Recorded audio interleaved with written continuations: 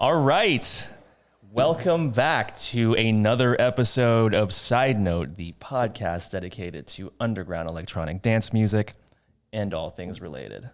My pleasure to introduce to you Novacane Sounds, tech house DJ extraordinaire. Also super excited to be shooting from our new location. Woohoo! We went on hiatus for I guess like 3 weeks now for me to move into this new spot, and super excited to, this may not be the final configuration. We're gonna play around with different setups, I think, over the next several weeks, maybe even months. But let us know in the comments what you think of the new setup and if it works. I, for one, am very excited to actually be like sitting face to face with my guests here. Yeah, that's cool. I like Boba Fett over here. Is that who that is? But that's Jango Fett. Your boy likes Star Wars. It's got a little Jango Fett keychain here. But so Novacane, man, thank you for coming on. Thank you for having me, thank you for schlepping over here. I know you because you're kind of connected with some of my previous guests, like Swaysav and Tunes. Sway has been here, Tunes, Claus. Okay. And then I just like watching I like watching interviews. I watch a lot of interviews on my free time, like on other artists, like Kanye and stuff like that. Right. So interviews to me are like super cool, like getting to know the artist. Yeah, man. It's super cool. Super cool to me too. That's why I do this, right? Because I really enjoy kind of getting to know people who are really making this scene happen. And from what I've seen, like, you're one of those people, right? Like, I saw on the gram last night that you have a party called Novacane's Electric Jungle. Yes, sir. I really like that branding, like everything about that. It's just like it's cool. It's a vibe. I saw the footage from on your gram last night. Looks dope. So I guess maybe, to start off, talk to us about, last night and kind of how the party came to be. So last night, it was just kind of like a last minute kind of thing. So I've been doing some events for a while now. And last night, the club, the guy, talent agent pretty much, I guess, he hit me up, and I had worked with him before because we would do events at the Hideaway in Riverside. Okay. So he went to another club now. He's working at another club, and he was like, hey, you want to do an event here? And it was kind of like a 2-day notice kind of thing. And I was like, yeah, let's do it, Like, let's do it. Let's see how it goes. And it wouldn't hurt. I was free that day, and we did it. We had a good amount of people for, like, literally no promotion. Like, right. It was 2 days of promotion. Usually we have, like, a week or something or longer. But very happy with how last night went. Everyone had fun, and I think that's the most important part. Yeah, so, like, what's kind of your average turnout for an Electric Jungle? Around last night, I would say there were, like, around maybe 50 people. Okay. Usually what we have is, like, we've done 300, we've done up to 700, we've done up to 700 was our highest number. Okay. Yeah. I mean, that's a big party. I mean, even 50 people, like, is a good party. Cool. Yeah. If you got the sound, like, 50 people is more than enough time to have, like, a good time. I know there were, like, for sure on pre-sales were, like, almost 40. So, and then there were a lot of walk-ins. So got it. It might have been more than that, but I'm not too sure on the numbers, honestly. But it was a good amount of people, and everyone had fun, and it was super cool. I'm really happy. I woke up today a little hungover, but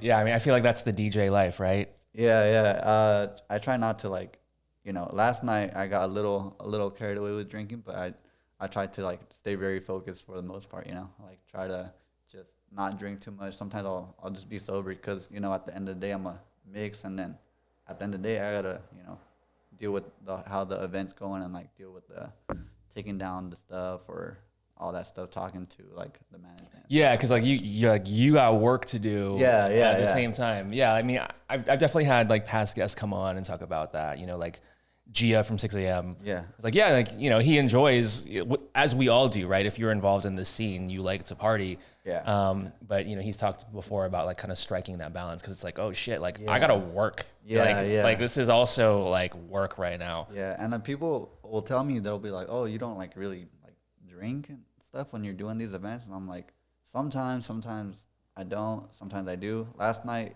it was like really stress free, so I was able to enjoy everything, and it was just a good time, you know. Right. I mean, that being said, dude, like I feel like you would be in good company if you were just fucked up, like out of your mind every time you played. Like I can definitely think of like some DJs who are like legendary for that shit. Right. Like who do you have? I mean, shout out to like Ricardo Villalobos, who I would love to have on the show one day. Shout out to Ricardo. But yeah, like if you watch like videos of him playing on YouTube, Yeah. like the dude, I mean, and if I'm incorrect in this assessment, Ricardo, please feel free to reach out to me and come on the show and, you know, set the record straight. But from my assessment of watching him play on YouTube, like the dude's like sweating. He just like looks out of his mind, and he's playing like all vinyl sets most of the time too. And he's just like, it's just like he's like floating around like a ghost, like on in the DJ booth, just like, oh, here's the record, and you know, like Yeah, just floating around. yeah, like all kinds of people like coming up to him always like while he's playing. I like my friends and I like to watch those videos and like caption what's being said, and it's like, hey, there's some K over there if you want. Oh, there's some more K. Yeah, no, because I think that's a whole different talent, you know. Yeah. I mixed once. Have you heard of Social Desert? Yes. Yeah, I mixed that Social Desert 10. I was on shrooms, and Okay. it was sick. It was a sick ass time. Okay. Really had a lot of fun on that one. I mean, I feel like learning to DJ while you're kind of inebriated is part of being a DJ in like You gotta try electronic it, music definitely. scene. Yeah. I mean, like, I for one feel like I'm a much better DJ when I'm under the influence of Molly. Oh damn! Well, I don't know how you do that, cause how do you see? Cause Oh, it's true. right? It's Yeah, true. everything's all over the place. Like, how do you do that? It's true. Like your eyes, it's like hard to focus. Yeah. I'll be like looking at like the deck screen. It's like, oh, it's kind of Yeah, moving around. it's, like, moving. It's sort of out of Yeah. focus. But I feel like I feel so much more connected to the music that it's Right. even in spite of the fact that like visual like not happening. It's just like it's easier to like I don't know, for me like to feel that groove. Right, cause you definitely feel it. No, I know what you mean, but I tried that when I was learning how to mix, but at that time I didn't know how to mix either. So maybe cause when I have these on in the club, I can't see, you know, cause I mix with these on. Oh, so shit. I can't see, man. Yeah, if you look at them, they're dark, man. They're super. Oh dark. yeah, they're super tinted, dude. Yeah. So It's like a black limousine. yeah, so pretty much what I learned to do, because we'd do these undergrounds, and at some of them it's kind of like all we had was just the sound system. We had like very little lights. So with that, like we can't see anything. We can't even see the deck. So I had to like teach myself how to use my ears, you know? So I guess like if you're like on Molly and stuff doing that, then you just use your ears, right? Instead of relying on the screen and stuff like that. Yeah, I mean, although like I'll admit for me, like I'm super reliant on like the technology these days to like it helps. to, like execute. Like mixing on vinyl, that's insane. Yeah. So I remember like when I started like way back in like high school and college, like I remember like starting on vinyl and like being able to do it, but not being like excellent at vinyl. Like there's definitely people I know, especially I mean, there's some young guys who are like really fucking good at vinyl these days. But also I feel like a lot of the older DJs who like are maybe even older than me who like really like did vinyl, man, like they can beat match a track in like 2 seconds, which is like unbelievable. Like I feel like if I play on vinyl, I'm wasting like 2 minutes trying to like lock in on that BPM. I have last summer we were doing this thing where I met this guy and he was like, yo, let's do we're gonna do every Sunday brunch kind of thing over here in Ontario. We're gonna have vinyls on one side and then you can do your thing on the other side of the restaurant. And then it was me with like, I would just kind of have DJs come through and be like, hey, you want to mix, open decks kind of thing. So we did come through. And I got like, I would talk to the vinyl guys all the time and I would like, they would bring in their crates and stuff and that was cool. Like I still talk to that guy. So vinyl is kind of something that I think I'm gonna be learning pretty soon. I don't know anything about it yet. I haven't really tried it just because, you know, like it'd be kind of more, it's kind of more like a fun thing to do because you don't see vinyl setups around, you know, as much as like back in the day. Because he's an older guy, so he would just he has his vinyls and he bought the CDJs and then he'll be like, I'm gonna set these up for you, like come through and play on them and all, and that's how I learned a lot. So shout out to LC. I hope you watch this, bro. But shout out to LC because those Sundays I really took advantage because we weren't like really like doing it. We weren't like making money really. We were just kind of. It was for me. It was like I'm gonna get up, and then I'm gonna go be there for like 5 hours or whatever. I'm gonna just practice. So even if there was no one there, I'd still be there. You know. So there was like no one there, because my whole thing was like trying to get people to go to these things, and when they wouldn't show up, I'd be like, well, it's just me practicing for like 2 or 3 hours, and it was beneficial, you know, because that would really help me to like the way I mix now, you know. Right. I mean, vinyl's super fun, man. I definitely like feel like you should, you know, go all in on that. Yeah. I'm gonna look into collecting records is fun, although it's more expensive. Like I remember when digital came out, it was like, holy shit! Like I can go to the record store, which is nothing beats like going to the record store and like digging through vinyl. It's really fun, but you would end up paying like $15 for one record, right? Yeah. Which is like 2 tracks, right? So that's like $7.50 you're paying on average per track versus like now you can go on Beatport and pay, you know, like $1.50. Oh, but I even see like the full records everywhere I go. They're still like $30, right? Like oh shit, yeah, and they've gotten more expensive. Yeah, they're like $30. Like I went to even at the little record stores, like they're expensive still. They're still the same price. The prices don't change. You know, they're pretty expensive. But that's kind of the only reason I haven't been into vinyl, I think, and just because of also the setup, you know. Yeah. Like it's definitely like a to do between expensive, like it's expensive. Like the turntables. I mean, like one Techniques it weighs like 40 pounds, I think, or it's like maybe like 30 pounds. Yeah. But they're heavy. Yeah. And then the vinyl itself is heavy. Like I remember back in the day, like one of the first kind of like big parties I ever went to was like an O2 or something. I went to go see these guys, Sasha and Digweed. I don't know if you've heard of them. I talk about them like literally like every show. Shout out to Sasha and Digweed, who are playing at a Factory 93 party in May. So check it out. I have no affiliation, but for like, especially like, I know my audience kind of, you know, maybe skews on the younger end of like ravers. Definitely check it out. Like worth like kind of getting that slice of history. Anyway, like they would play, it was like all vinyl, and they would have guys like lugging in like crates and crates. I'm like, dude, like how the fuck, like, and So they play vinyl? Not anymore, but like back in the day when they were vinyl DJs, I remember like waiting in line to like get into the venue, and then they arrived, and like it was like literally on dollies, like multiple boxes of vinyl like being like wheeled in. I'm like, dude. You think they use all of them? I think so. I think like, you know, like, cause when you play with when you bring your USB, right, you want like your whole collection, right? Because you're like, oh, I don't know if I want to dig into like an old track from, you know, like 5-10 years ago, whatever.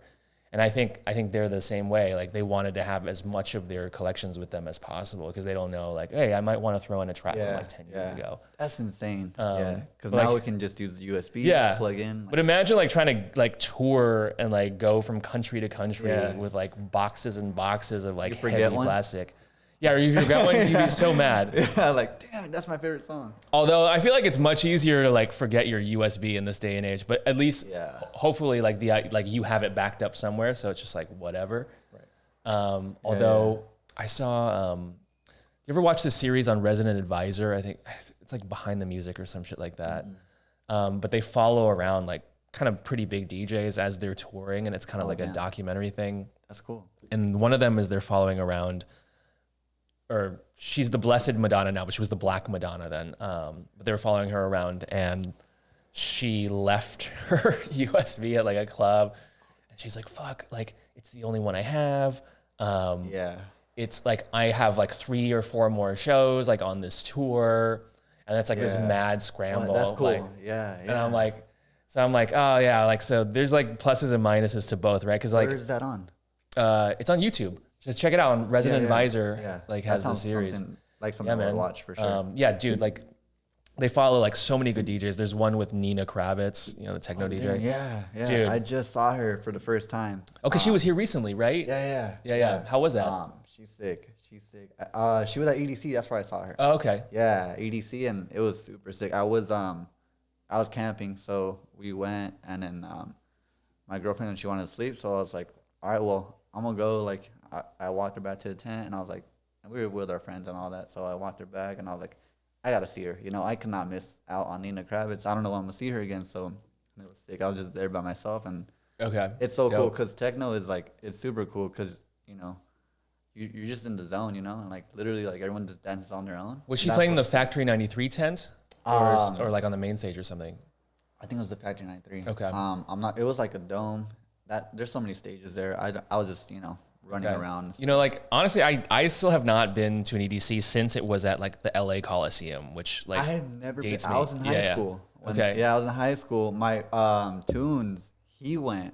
Yeah, because Tune's like a little closer to my age, I feel like. Yeah. So he went, and I always I've always in my head, I'm like, I'm never gonna experience that, you know. And I wish I did. I wish I would have, because it was all ages back then, right? Yeah, but I feel like the LA Coliseum production wise, like doesn't even come close to like what you probably experience in Vegas, which is like. But it would have been cool to see like the roots, you know? Right. Like to see at least the beginning of EDC. Yeah. I felt like that's something that you have videos of that and stuff. I don't. Man. But it was just like more rave back then. Like it was like Candy Kids, like big pants. Yeah. The shufflers under the bridge kind of. That vibe, that vibe. But actually, yeah, like I actually saw that you went to EDC. Are you going to this next one? I want to. We'll see, you know, because I wasn't planning on going to this last one until like the month before, and my friends, they bought me and my girlfriend's tickets, and we went, you know, and we camped, you know, so it was cool. That was like, because this is the first time camping, and camping is just a whole different thing because they have the pre-party before the whole show. Oh yeah. Is that where Claus? Because I saw she DJ'd she on the DJ'd at grounds. Camp OG. Okay. Yeah. So I signed up, and like I signed up. I was excited, you know. I like the night before, I was like, oh, I'm gonna play here at EDC. You know, it's gonna be super cool. I had posted about it on Instagram. I show up, and I'm like, hey, because we signed up the day before. I was like, hey, what's up? I'm here to play. Like, I signed up yesterday, and they pulled some. Oh, sorry, we got someone else. Like, and I was like, but like I signed up yesterday, and they're like, oh, well, too bad, kind of thing. And I was like, all right, man, for sure. And then I was like, all right, well. Oh wait, so did Claus steal your slot or? No, she played the day before. I think. Okay. Yeah. She had, because it's a whole like weekend. I think 4 days of camping. Okay. But I didn't even know she was there. I didn't know she was there until after. Okay. When they posted about it, and I was like, oh, that's cool. But my friend Ssurpreme and Impulse. Ssurpreme and Impulse. I don't know them. Okay. Yeah, they played there. They went back to back. So Sick. shout out to them. Shout out to Ssurpreme and Impulse. Come on the show, bros. Yeah, I'm playing with them in Pattern Bar today. Okay. Yeah, so we're Sick. gonna. Those are the homies. We do a lot of stuff together. Ssurpreme played last night at that show. So at Riverside. That is like the sickest DJ name. Yeah. And I feel like, how come nobody has ever used that before? Right. So he's super cool. He's such a really creative person. Back because about a year ago is when I got into the scene. It's been longer than a year now, like a year and a half. I got into the scene. I know that a lot of interviews, like a lot of people got into it like during COVID and stuff, and that's when I got into it too. You got into DJ during COVID? Yep. Man, so many of the people that I've had on got into it during COVID. Yeah. And sorry to cut you off, but like what blows me away is how much like you guys have gotten done.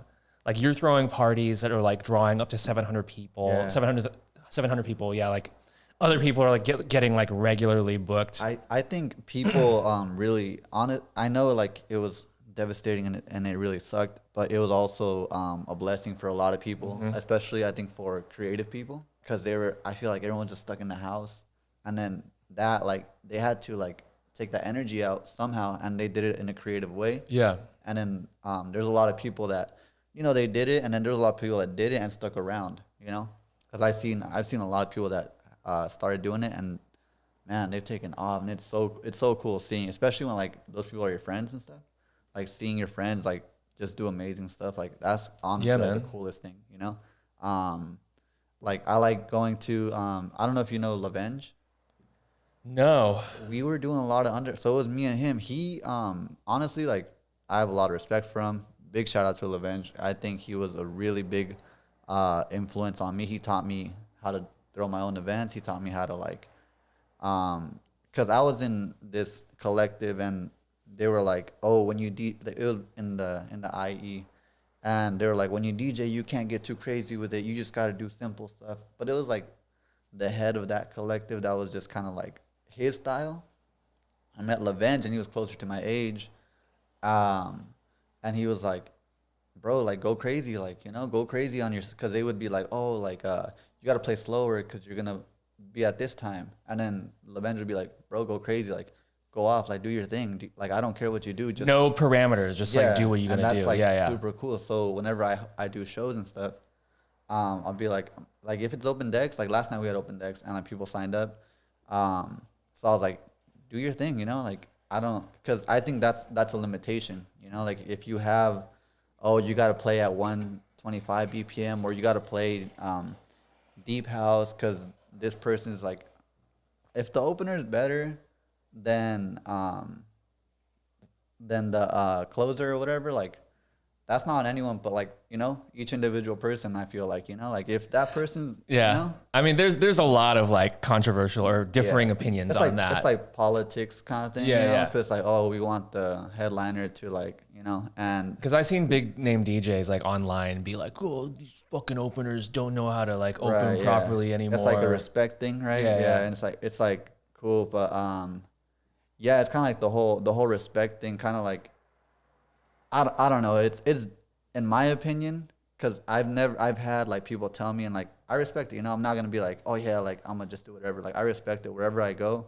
I'm a, like if they tell me, hey, you're gonna open for this big DJ.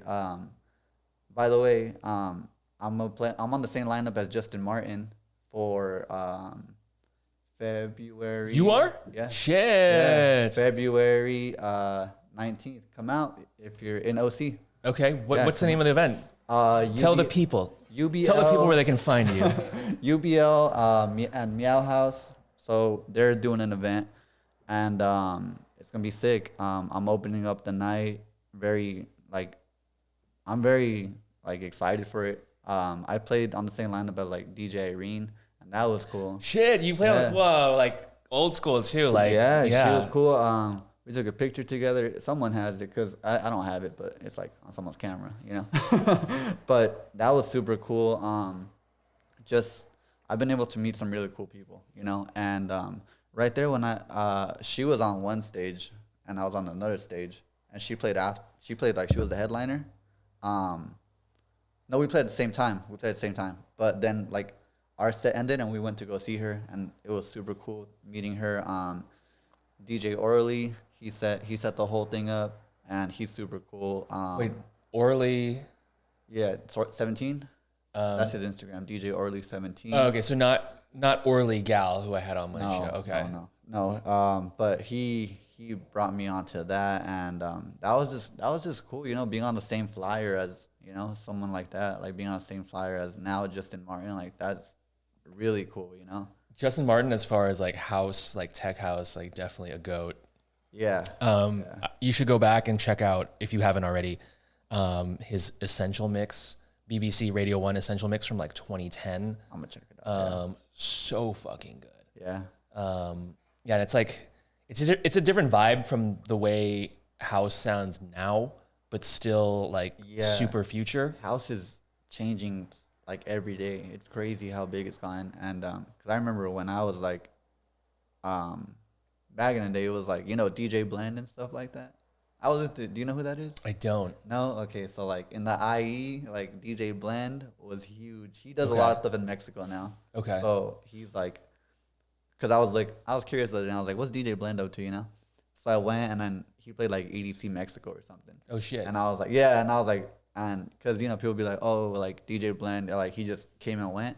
And it's crazy because like you go and like he's still doing his thing, So a lot of people I feel like are always like, oh yeah, this person comes and goes, but then they don't see that they're still out there, But they're just not here in the United States.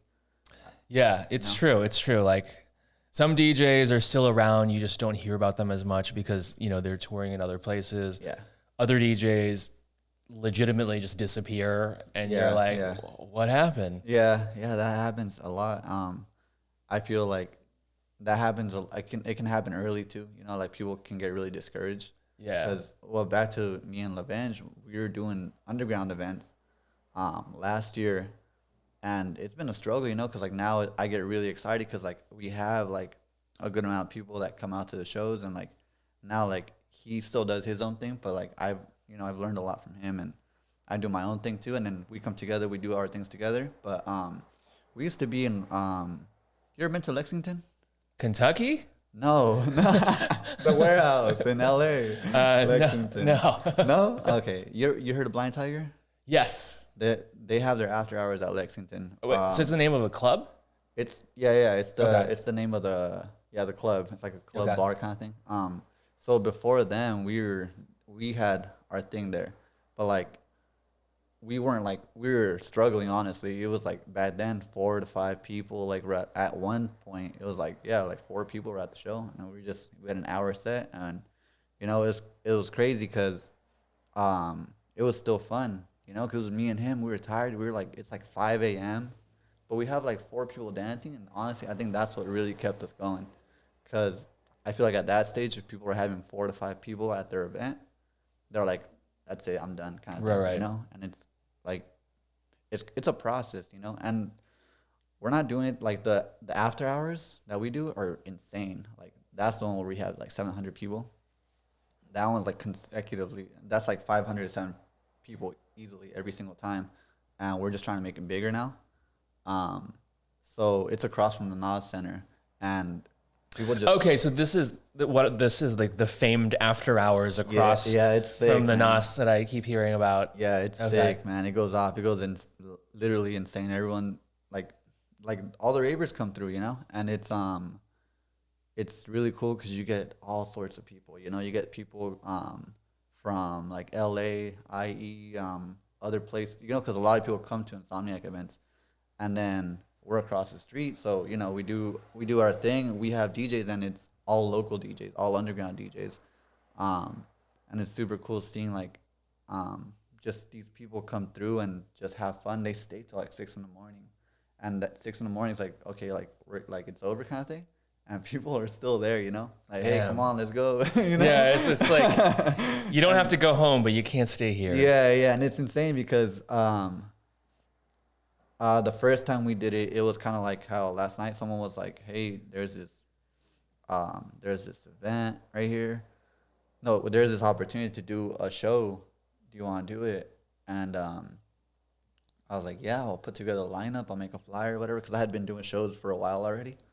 And I was like, I'll put a lineup together. Like, and then, what's her name? It was Karina that did it. Karina, shout out to Karina. Hope you're watching this.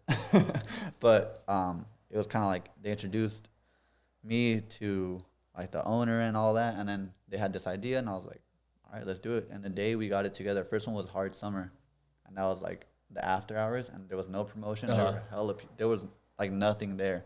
Literally, like we were in the shade of a tree, and it was just the decks and like the sound, like a sound system. Like, oh, that's crazy. People were. That reminds me of like the stories I heard about how Dirty Bird started. Do you know about that? Yeah. No, I don't know the stories, but I know Dirty Bird. Like they just started, like they were throwing random ass parties like Renegade just in Golden Gate Park, I think, in San Francisco. And it just grew from there. Like, they're just playing like music that they liked. Yeah, pretty much. Yeah, man. So one of the things I wanted to ask you is, I feel like I listen to some of your stuff, I listen to your productions. I would definitely sort of classify that, and let me know if you feel differently, like as tech house. Yeah. You kind of feel like you kind of fall within that. Yeah, I like tech house. When I started producing, I love tech. That's like my favorite thing because it can go into techno so easily. Right. Like tech house techno, and I love like the darkness of techno. Yeah. I love the trippiness of like tech house. Right. So, You know, like I see a lot of stuff online, like Reddit, Facebook posts and shit where like, you know, tech house is becoming kind of like a dirty word. Like people are like, oh, yeah. So like, yeah, like what are your thoughts on that? Like, yeah, I mean, and why do people object to it so much? right. Yeah. Cause people always have an opinion on stuff, especially when things get like bigger, you know? Yeah. And it's kind of like, it's getting bigger, which is cool. It used to be like an underground thing, and I think people like to like gatekeep. You know, they don't. So like people are like, oh, this is like it's lame because it's mainstream now. Because it's pretty mainstream now.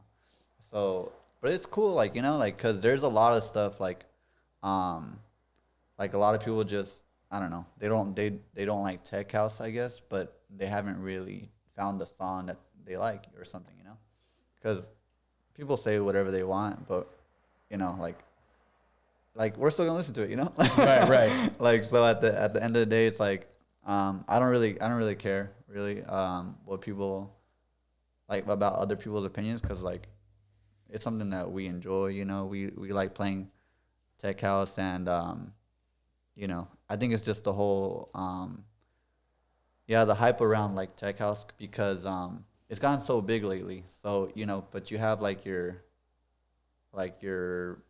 bass, like some people don't like bass music, you know, and then they say, oh, like it's just noise or whatever, you know. So I think it's just subjective. It's just like anything, you know. But yeah, like I don't really care too much about the whole like. You don't care about the hate. Fuck the haters. Yeah, pretty much, because like people say whatever they want, you know. And that's kind of like something that I've like always keep in mind, just because like things are kind of like as I continue to do this and like kind of get bigger, it's always kind of like like people from the IE will be like, because in the IE there's people are very different in the IE than LA. I feel like LA people are very open minded to like being creative and like you know being chasing like artistry and stuff like that. I don't know if it's because it's so close to Hollywood and stuff like that, but in the IE, which isn't even that far, it's like 30 minutes. Everyone's just like work kind of thing, right? And it's just like they just work. And then whenever I see like some of my friends that I haven't seen in a long time, they'll be like, "Oh, like you're famous now," and it's like not like it's not even like in a good. It's not a compliment, you know. It's a kind of like, "Oh, you think you're famous now," kind of thing, and it's like. I've never said that. Oh, it's like you know? People are like, oh, you think you're all that now? Yeah. Yeah. I'll get that a lot, and like I'll just get like energy like that from people, like people just being weird, you know. And I'm just like, well, whatever. Like I'm doing this because like before all the shows and stuff, I was producing in my parents' house before, and then I was trying to do the whole artist thing, and it wasn't going anywhere. I've been producing since 2013. And it was not going anywhere till this last year, you know? So it was like trying to put out music and it wasn't getting listened to. And like now there's like an actual audience for that. And it's like, you know, I'll talk to some people, they'll be like, oh, like, damn, like, it sucks because like these people that I thought were my friends, like they're kind of like sneak dissing me and stuff like that, you know? And I'll be like, interesting. Right, yeah. So it's like a whole kind of, so I've talked to some people and some of my really good friends have been like, you know what, man, like people are going to say whatever they want because they aren't doing what you're doing kind of thing, you know? And that, like, I keep that in mind because sometimes like I'll get in my head real bad and I'll like get really discouraged. Yeah. I mean, here's the thing, dude, like you're living your best life, right? Like you're like, it's fun out here. You're like living in alignment with who you are, like internally, and you're like making things happen and, you know, you're taking the risks. Right. And I feel like people who aren't doing that are going to react to it. And it's not about you, right? It's about them. It's about how they feel inside. Right. Yeah, that's exactly what I've heard. And it's always kind of like it's like kind of finding the balance within myself on how I want to react to it. Because, you know, sometimes it can get frustrating and you want to like go off on people and be like, you know, but at the same time, it's like, what's that going to do? You know? Right. So but, you know, like, I get it, man. Like, you know, as someone who for a long time was one of those people who felt like they were watching other people live their best lives and couldn't figure out how to, like, make that happen for myself. Like, I remember, like, feeling like the haterade, like, Right. Yeah. pulsating through my body. You know, it's like my brain was producing its own. My brain was like producing its own haterade. Right. And it's like, yeah, I got to a point, mostly through drugs, and psychedelics. You know, where it's like, when you got psychedelics. Shout out to psychedelics. You know, like I reached a point where it's like, dude, what are you doing? Like, what are you doing with your life? Like, dude, just do what you want to do, right? Right, yeah. Make it happen. Yeah. And yeah, I agree. Like, I can feel like certain people, you know, who I used to know or who I know, like, I can feel them reacting, like, what the fuck's going on with him? Like, who does he think he is now? Yeah. And it's like, it's crazy because it's like, just for trying to do something. Yeah. You know? Yeah. Like, it's not like either of us are out here like fucking Brad Pitt, you know, flying in the PJs, you know, partying in like St. Barth's or some shit, right? It's just like, and even if you were to like imagine yourself in a situation like, if you were to say, oh, I want to be like Brad Pitt or I want to be like whoever, you know, and if even just saying that, like to some people it's like, kind of, and it's like, why? Like you're flying too close to the sun. Right, yeah, and it's like that's kind of like the whole thing. I think in the IE, like, you know, like I love the IE and all that, but it's just kind of like the creativity is very limited over there compared to LA. So I had to come to LA a lot, so I would drive like an hour and a half when I was living with my parents. I would drive an hour and a half, like, to after hours, and I would get home at like 6 a.m, kind of thing, you know, like almost crashed a few times, like falling asleep behind the wheel. Right. But it's kind of like I was like, I had to come to LA. Like, this is where the scene is at, because the underground scene last year was. I saw you had Mama J. I watched her interview. I played for her hippie flip. I had like a midnight slot, and it was probably like, I think from there. Shout out to Hippie Flip and stuff like that. Wait, the party's called Hippie Flip? Yeah, Mama J was doing them. Yeah. Mama J was, I don't know if she was working with someone else, but Mama J was like, she was doing her thing. And I went for open decks, and people there were a lot of people on that list. Like, a lot of DJs were on there, and I got the midnight slot. So I was like, cool, like, and I played, and you know who DJ Pops is? Nah. He's the guy. He's pretty. That's pretty much Blind Tiger. Okay. Yeah. Okay. But DJ Pops, we were in. He was the guy that was working with them also, and I signed up with him, and I was like, it was like 8:30.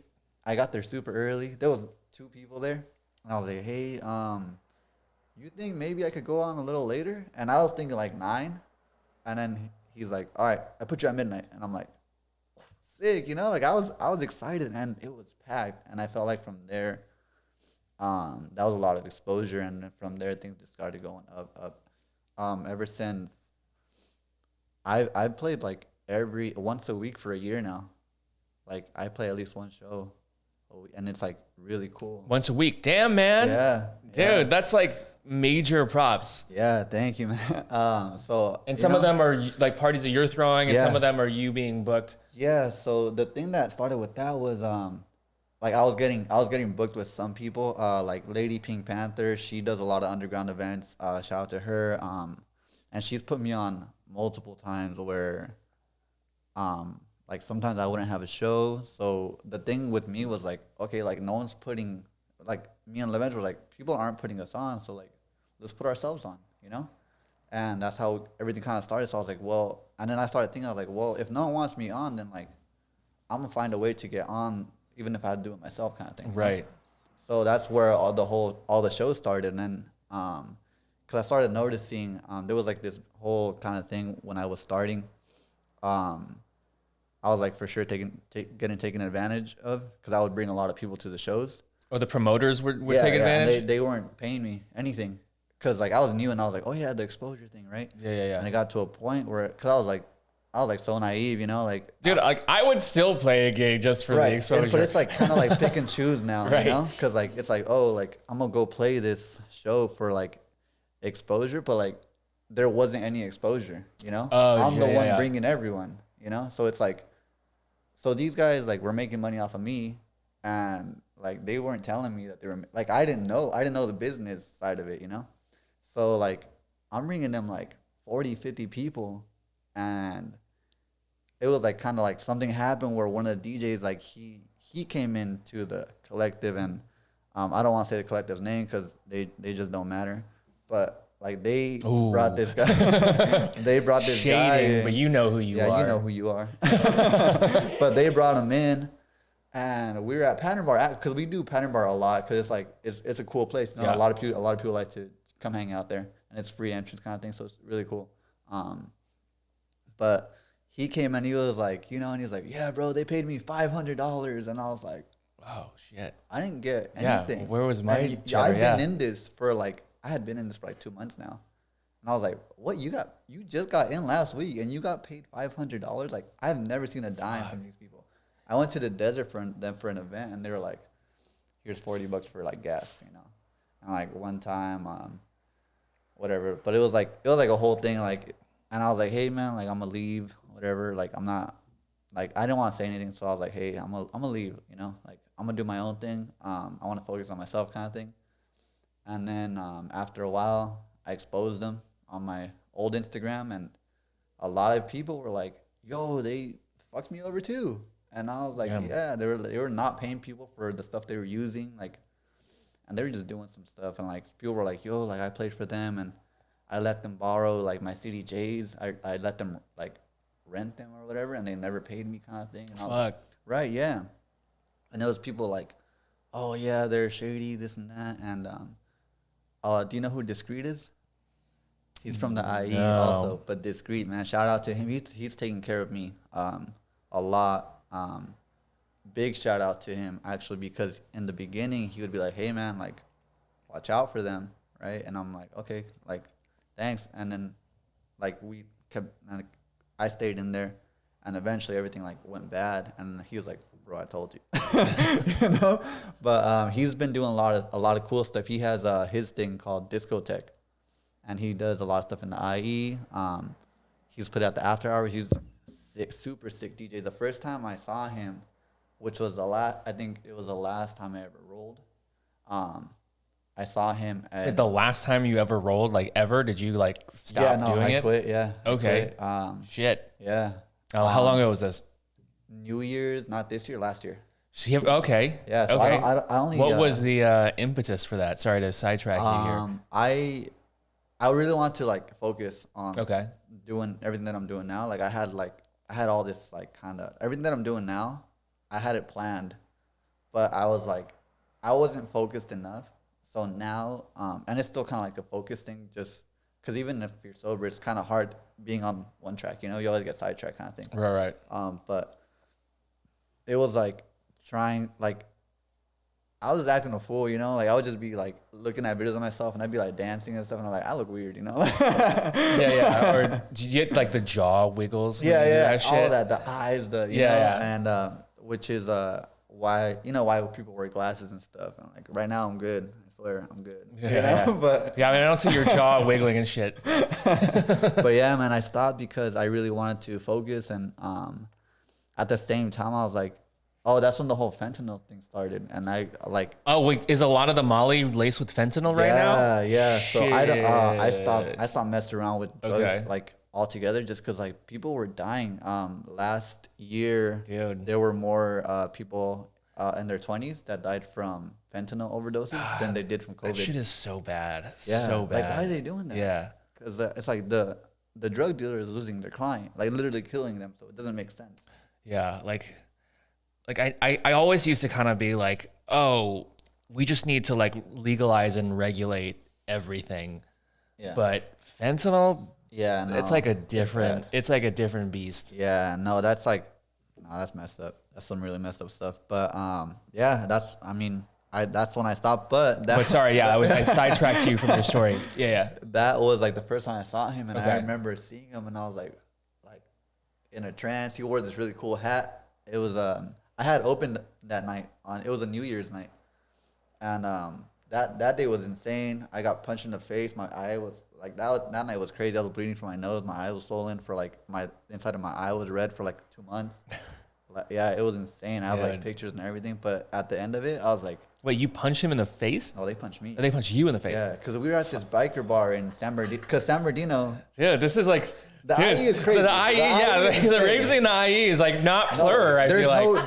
that's the Where's thing the plur at? There is none. In the IE, like, they're ruthless out there. Like, if someone that's like kind of famous goes to the IE, they do not care about you. They do not care who you are. Like, if you're like in the IE, they're ruthless. Like, you know, it's like that whole thing, that whole like, oh, you think you're famous or you're just a regular guy to me, you know? Because the IE is just kind of like, it's just different out there, you know? It's like, like the vibe isn't as positive, it feels like. Yeah, they don't care about your followers and stuff. Like, people are over there they're real, and that's what Even, I like. I mean, even like setting aside followers though, like I feel like just ravers in LA would never. Yeah, right, the IE, that was a whole kind of that was crazy because it was a bar on the top, right? So it was crazy. It was like the top was like the bar, and then you go down these stairs, and the bottom was us, and that's where the whole like our event was going on, or their event. I was just opening up, but their event was going on,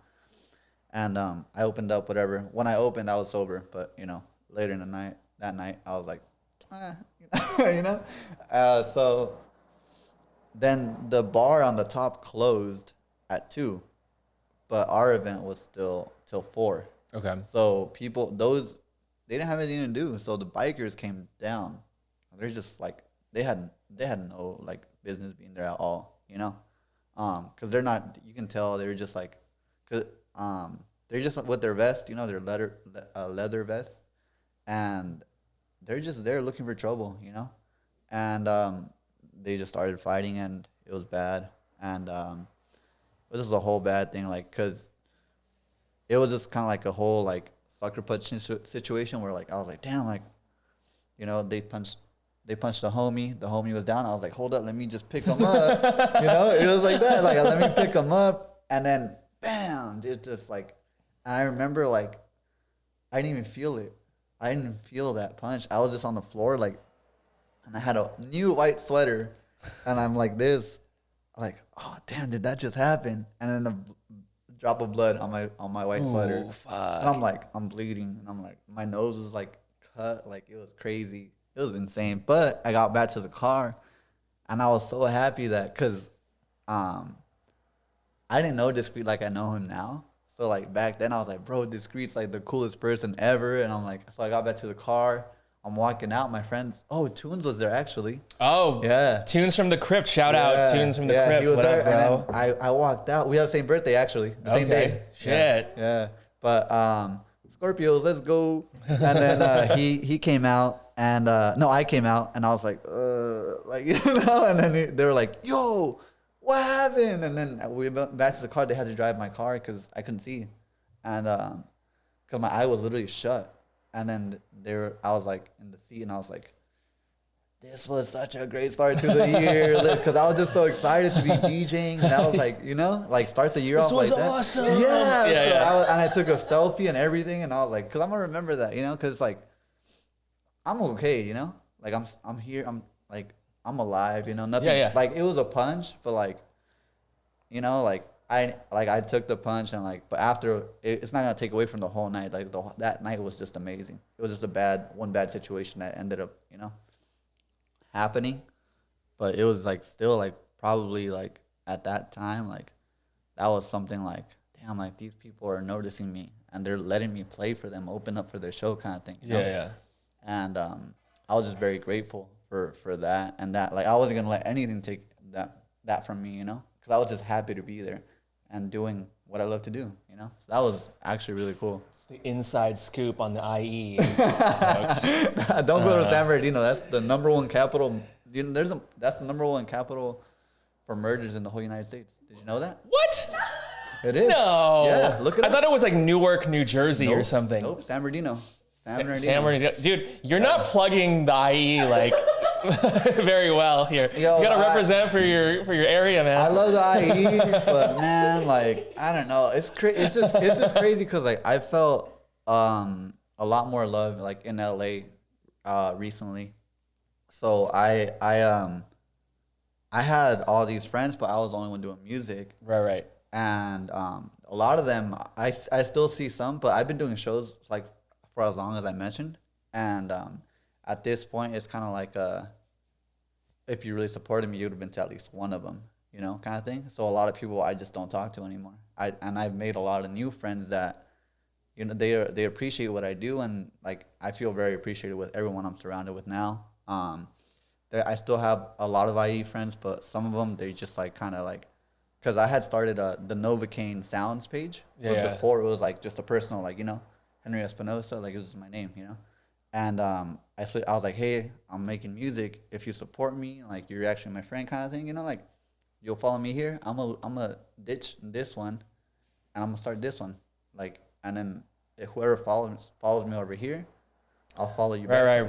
Right. Yeah, it's like you're like culling the herd, right? Right. Figuring out who's actually supporting you. Yeah. Question for you though, and I feel like I need to do this more with guests who come on. Yeah. But tell me about how you came up with your stage name. Is it because your beats are so dope they make you numb? That's a good one. I've been trying to come up with a slogan, but actually, I used to go by, and I don't even know why I picked this name, but John Henry, just because I like the story. You know the story? Yeah, it's like a U.S. history shit, right? Right, yeah. I can't even remember it off the top of my head right now. He didn't give up, like, you know, the train, and like he had to like pretty much make the railroad. Okay, yeah. And the steam engine kind of thing, and he beat it, whatever. Got it. But I like that story. But it was like I was doing hip hop beats and stuff like that back then. That's when I was learning, and I was like this name's kind of corny. Like, let me switch it, you know.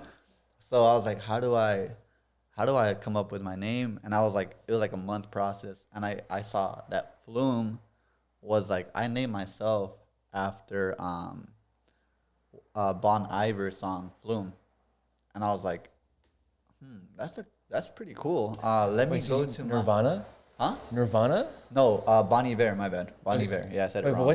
What band has Novacane as? No, Frank Ocean. He's one of my favorite artists, and he has that song Novacane. So I was like, and I really like that song. I like the whole message, the whole numbing thing kind of thing. So it's kind of like back then I was like in my room, you know, and it was like not really a good spot to be in mentally, you know. I was kind of down bad, you know. And around that time, I was like, well, you know, like Novocaine, you can't, like numbing, I can't feel, he says, he has this line where he's like, I can't feel nothing, you know, like, and then I was like, damn, like, I feel kind of like this song, you know, it spoke out to me, and I was like, I'm going to just name myself after this song, because, like, I literally, like, I had, like, gone through, like, a breakup and all that stuff, and, like, I was just really numb to everything. That's when I was doing a lot of drugs, actually. Okay. And then... It's like, we'll call this your emo phase. Yeah, pretty much. But then I started making house music, right? So, because I was like, I know how to That's like the opposite of, like, kind of, But I was like, I know how to make music. So could you say that house music saved your life? Yeah. I know, it's super cheesy to say, but no, I mean, that's like a thing, right? Like, yeah, no, for real. Yeah, because it's like I like hip hop, R&B a lot, but house music is something that I would go to like Space Taco events. I would go to they had a Space Brains gathering a long time ago, and my friend took me. He's like, bro, like you just need to get out the house. Come on. It was like before COVID. It was like a couple years, like 4 years ago, something like that. Like, you need to get out the house. I still never been to a Space Taco, you know, like... You gotta go, because it's out there, man. It's far. Yeah, exactly. That's what people say about, like, people are like, oh, I don't want to go out there because it's far. And it's like, yeah, you know, like, so... But so many, like, friends of the show, like, have played Space Taco. Yeah. Claus, Nectar, you... I went that... Theo... Yeah. I have, I didn't play Space Taco. I threw an event there on a different day. They have Tuesdays. I threw 2 events there, one on Saturday, one on Sunday. But I've never played Space Taco. But like they got you will. Hopefully, man. But they got a really good thing going. I would go to their events. I wasn't even DJing when I would go to their events. I would just go and I'd be like, hey, I make music kind of thing, and they get that a lot though. So I understand why. Because at the time I wasn't even DJing. I would be like, hey, like I make beats. If you guys ever need someone. You know, scene, you know, left on red kind of thing, you know. Or, right. But that was I went to an event, It was Space Brains. It was in an alley, and it was super cool. And at that time was like, damn, like I kind of rediscovered my love for house music because I was like, listened to a lot of hip hop at the time, hip hop, R&B, whatever. But I went back because in high school I used to be one of those people that would shuffle at lunch. You know, so like I'm over here like, dude, you can do that. Yeah, man. I'm wondering if like we can get a shot of you shuffling on the table here. real quick. Yeah. I probably can't do it, but nah. But like now it's a little harder now because I was like now I'm 26, but which is young. But at like I was like 19. I had so much energy when I was like 19. You know, like I was like shuffling like the whole lunch. I'm in class like sweaty. You know, like in math and stuff. But I'm like, so on that, so like I know the shuffling's big. yeah. I feel like what was big when I was like coming up in rave was like glow stick shit. And I know it's gotten like crazier because you can buy like crazy LED gloves and shit now. That's cool. But does anyone still do like actual like glow stick shit? Glow sticks? No, I've seen people gloving. Yeah. People Interesting. It's like different because technology is like, yeah. So like people use those wands. I'm Yeah, like, how are they doing They that? have those like crazy LED gloves and like wands and shit. I'm like, how is that thing floating, right? And I don't know how those work, but you seen those? Yeah, I have seen those. And like people do so it's crazy.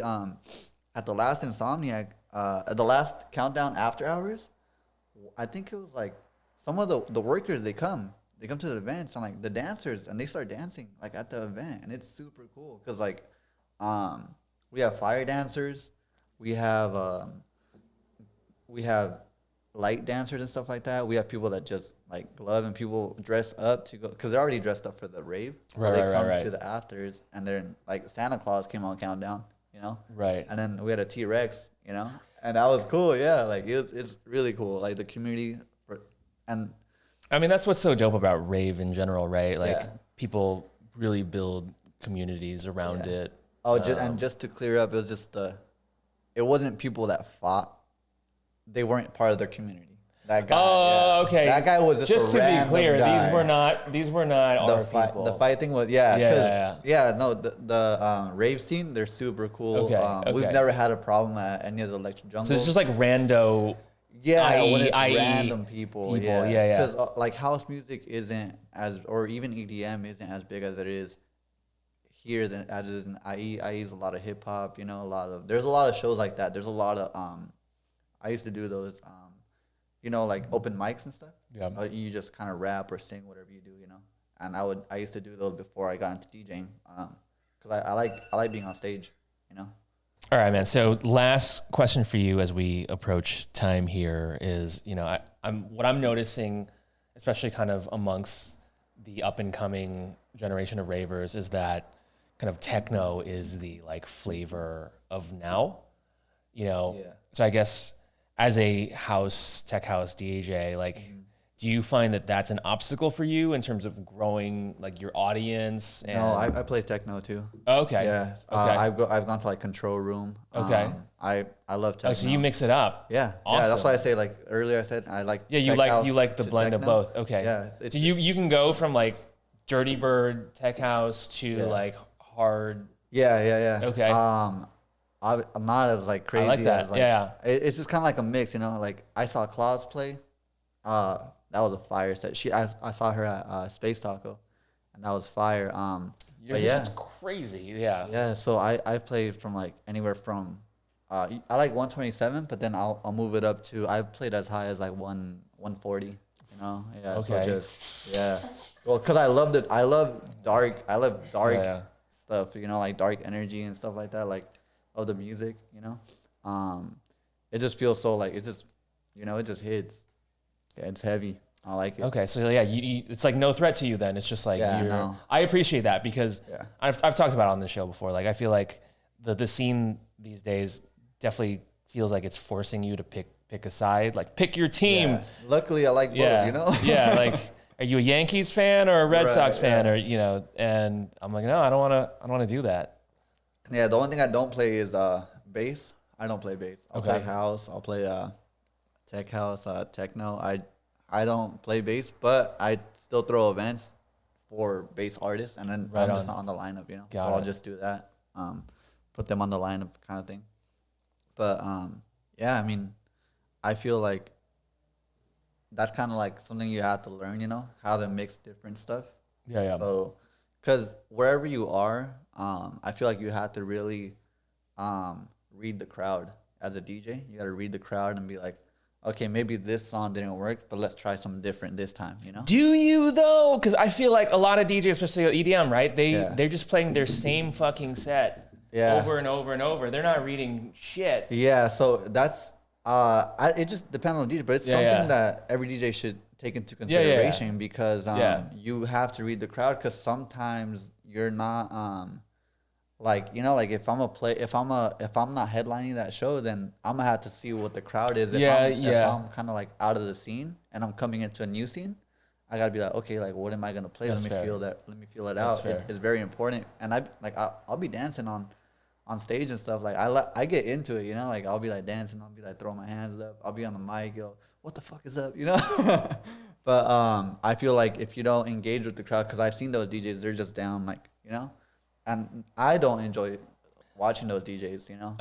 Oh yeah, I feel like that's definitely like me as a DJ. Like I feel like the crowd's not even there. Yeah, I feel like you have to have fun with it, you know, because then that's like if you're not having fun, then people aren't. I mean, it takes all kinds, right? Like again, shout out to Sasha and Digweed, but you know, John Digweed, one of my like all-time goats. Looks like he's fucking doing your taxes when he's in DJ booth, right? Like, I mean.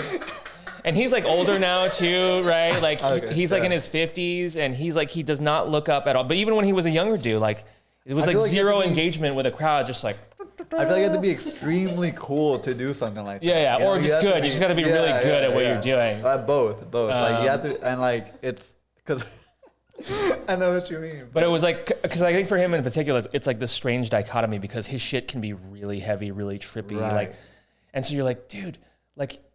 I feel like I'm being kidnapped by aliens right now, but it looks like he's doing my fucking taxes. So it's like a cool sort of like contrast. I'm weak. Yeah, no, I feel like with techno DJs, they don't be dancing like that. They're just be like just cool. Yeah. Techno, like well, it's not like I feel like a lot of the ladies like all engage much more, right? Like Charlotte DeWitt, Nina Kravitz. Like I feel like there's a lot more engagement. Yeah, amazing stage presence.